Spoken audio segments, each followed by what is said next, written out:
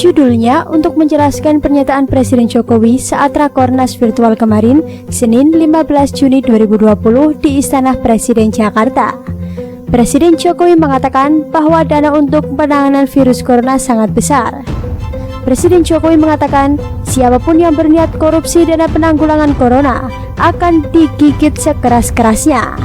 Pernyataan ini sekaligus untuk mengingatkan protes Perpu terkait corona beberapa waktu lalu yang dinilai permisif pada korupsi. Seperti diberitakan Kompas TV, Presiden Jokowi mengatakan ada dana 677,2 triliun rupiah untuk penanganan COVID-19 atau corona. Dana itu digunakan untuk pemulihan ekonomi nasional. Maka, Presiden Jokowi mengingatkan agar dana itu digunakan secara baik dan tidak untuk kepentingan pribadi. Pencegahan harus diutamakan, tata kelola harus didahulukan. Tapi, kalau ada yang membandel, ada niat korupsi, ada mens rea, silahkan Bapak Ibu digigit dengan keras. Uang negara harus diselamatkan, kepercayaan rakyat harus kita jaga, tegas Presiden Jokowi.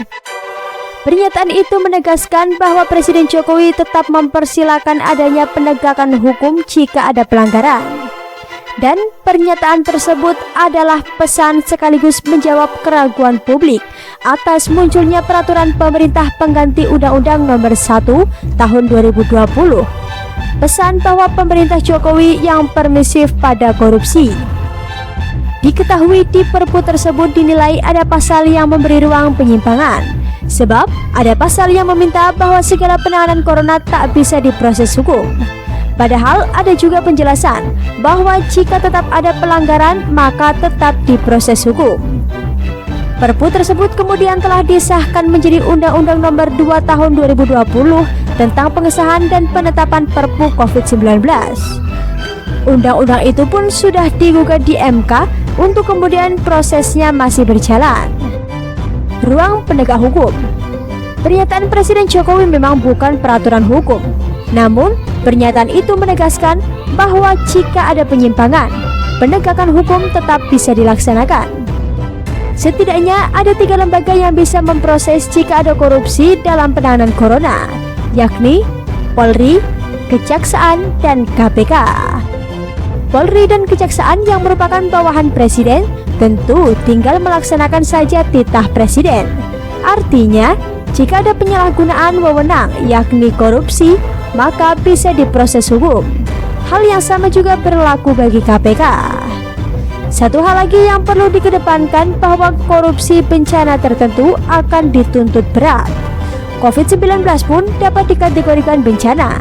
Siapa yang korupsi pun bisa diancam dengan hukuman mati, seperti yang tertera dalam Undang-Undang Pemberantasan Tindak Pidana Korupsi. Pasal 2 ayat 1 Undang-Undang Pemberantasan Tindak Pidana Korupsi menyebut, setiap orang yang secara melawan hukum melakukan perbuatan memperkaya diri sendiri atau orang lain atau suatu korporasi yang dapat merugikan keuangan negara atau perekonomian negara dipidana penjara dengan penjara seumur hidup atau pidana penjara paling singkat 4 tahun dan paling lama 20 tahun dan denda paling sedikit 200 juta rupiah dan paling banyak 1 miliar rupiah.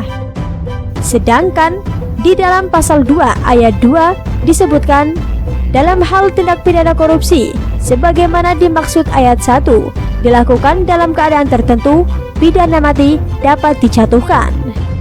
Yang dimaksud keadaan tertentu di pasal 2 ayat 2 adalah korupsi yang dilakukan pada waktu negara dalam keadaan bahaya sesuai dengan undang-undang yang berlaku.